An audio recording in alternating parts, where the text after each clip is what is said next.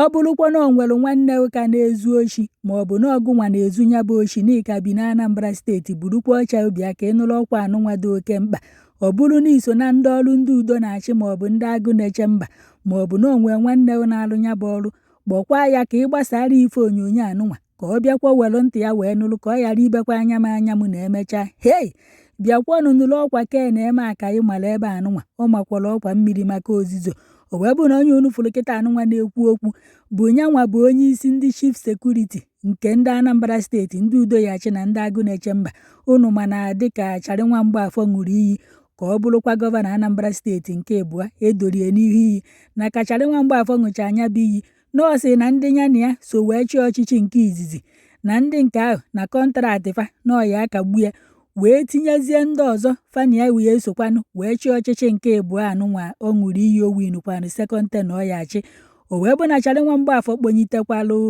onye isi ndị chief sekuriti a na-akpọ Ken Emeaka ịbụkwa na onye isi ndị udo na-achị wee saịnụgharị ya ọrịa wee sị ya na ya kọntinuo na ya na-abụghị alụkọkwanụ ya bụ ọrụ ọnya ka Ken Emeaka ịpụtaziri ebe a wee sị ka ọ gbasa ozi anụnwa wee na-agwa ndị na-ezu oshi na ndị udo na-achị na ndị agụ na-eche mba sokwa na ndị na-ezu oshi so na ndị na-arụ ọrụ ojolo na kịta anụnwa na-ahịa akpọpụta nya na o nwere ndị ọrụ ya ahọpụta iche na ndị abọdụ ndị udo na-achị nọọ ife dịka ndị na-agba ọkada ndị keke ndị agha epik gasị na striti wee nyefa CCTV na fa ya ejie na ụlọ agha mmadụ fapụta ebe ndị udo na-achị na-arụ ọrụ ọjọọ fee wee were vidio fa wee sendịarịa Ken Emeaka hei unu makwa na sinsi oge anụnwa na ụfọdụ na-atị na ndị ọrụ udo na-achị na fa na-ejebe mmadụ na-anakọsi ego ka fa si alụ ọrụ ojolo ka fa si anakọrọ ndị mmadụ ego kpụrụkwa ọnya ahụ jee tee n'ime ụlọ nga boya otu ebubo maọbụ ebubo na-abụ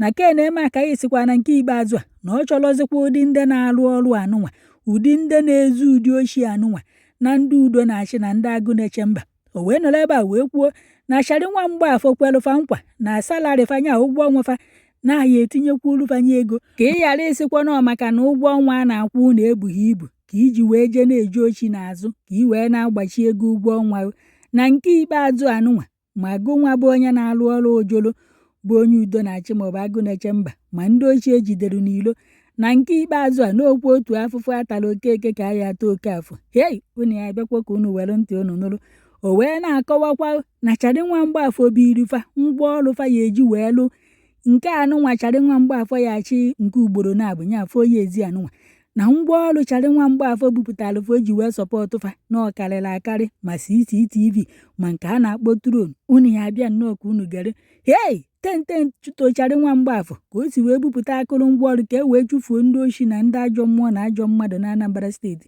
ya bụ ife adụrọkwa na izi amakwuodo na ndị udo na-achị nwa na fe enwekwugwe yunifọm hei unu nekwa anya unu ya afụ yunifọm fa ọdụkọ ndị udo na-achị nwe nke a na-acha mmemme ndị agụ na-eche mba nwere nke na-acha buru amakwa m nke bụ nke n'ime fa unu ya bịa nnọọ ka unu nụrụ ife Ken Emeaka ikwuru ebe anụnwa maka ndị na-ezu oshi na Anambra steeti bụ korokwo na ngwongwo unu ka unu na-rie maka ndị agụ na-eche mba na ndị udo na-achị unu ewere n'ọka unu wee na-ezu oshi wee banye na ya ọsọ ga-emekwa ugbu a sịkwa na nke ikpeazụ a na ndị ya da monitọ unu na ụnụ agha amakwo maka na nsogbu na echimechi ebutegoro n'isi unu n'aka Ken Emeaka na ọ karịrị akarị ewee sị ka enebazie nya bụ ife anya ka amalụ ndị na-alụ ọrụ aka azụ eji akpọti ndị udo na-achị na ndị agụ na-eche mba otu birigokwanụ. He's bringing us a lot of technology devices where it will be much easier for us to do our job.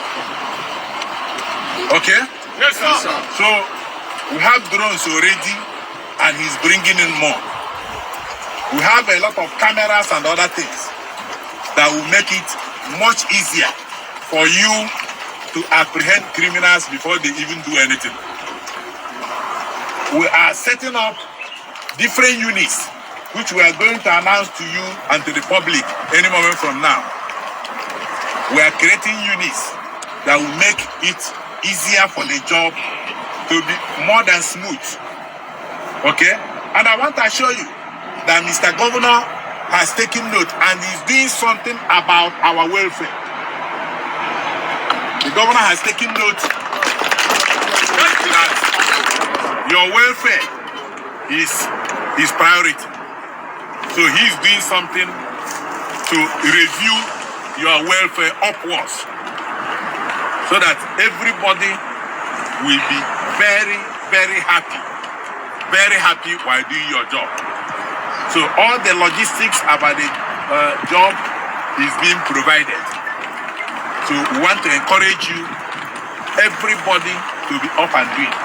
And most importantly, we are not only, as we are going to look into your welfare to make sure that your welfare is enhanced, we are also going to tighten our belts when it comes to disciplinary measures. Are you with me? Yes, sir. So it is no longer business as usual. We are going to set up, in fact, we have already set up a team, a monitoring team that will be going around the state, checking on our members, our personnel who will engage in extortion. All right? Yes, sir. And the monitoring team, they are not going to be our members here. We are picking the monitoring team from members of the public, from the keke riders, from the commercial vehicle owners, and members of the public, so that we will empower them, we'll give them cameras, we'll give them equipment to catch any person going wrong on the street. They will catch you red-handed. They will provide us with evidence. And we are not going to take it lightly with anybody who will engage in extortion.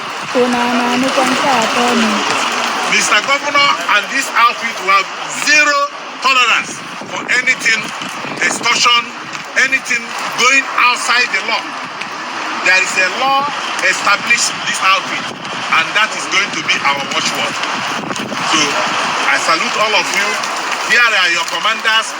All of us join hands, salute you, and say, well done for the good job.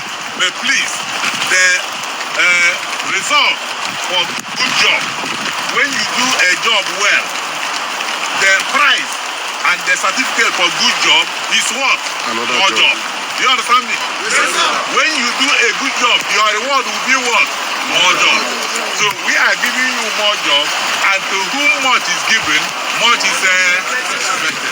So thank you, and God bless everybody.